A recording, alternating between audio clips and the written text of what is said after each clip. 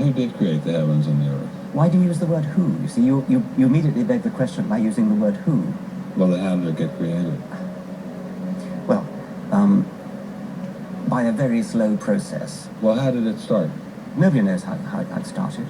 We know the kind of event that it must have been. We know the sort of event that must have happened for the origin of life. What was that? It was the origin of the first self-replicating molecule. Right, and how did that happen? I've told you we don't know. So you have no idea how it started? No, nor has anybody. Nor has anyone else. What do you think is the possibility that intelligent design might turn out to be the answer to some issues in genetics or in evolution?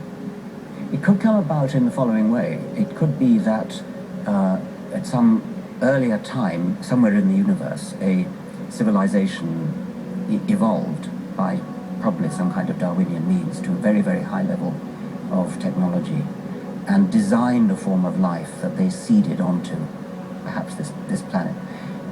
Now, that is a possibility and an intriguing possibility. And I suppose it's possible that you might find evidence for that if you look at the details of biochemistry, molecular biology. You might find a signature of some sort of designer. Wait a second.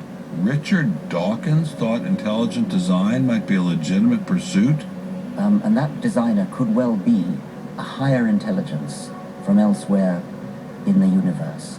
Well, but that higher intelligence would itself have had to have come about by some explicable or ultimately explicable process. It couldn't have just jumped into existence spontaneously. That's the point. So Professor Dawkins was not against intelligent design, just certain types of designers, such as God. So the Hebrew God, the God of the Old Testament, he doesn't exist in your view? Certainly. I mean, that would be a very unpleasant prospect. And the Holy Trinity of the New Testament? Nothing like that. Do you believe in any of the Hindu gods? Like Vishnu? How can you ask such a question? You don't, how, right? How could I? I mean, why would I, given that I don't believe in any others? You don't believe in the Muslim God? No. And why do you even need to ask?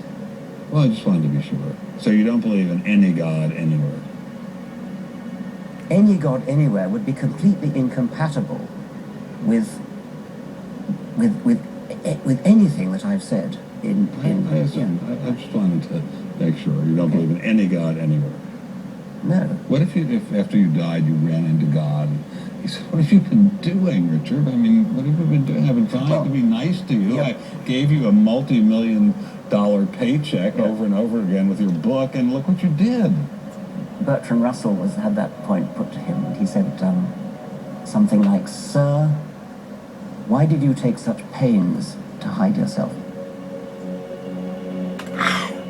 But if the intelligent design people are right, God isn't hidden. We may even be able to encounter God through science, if we have the freedom to go there.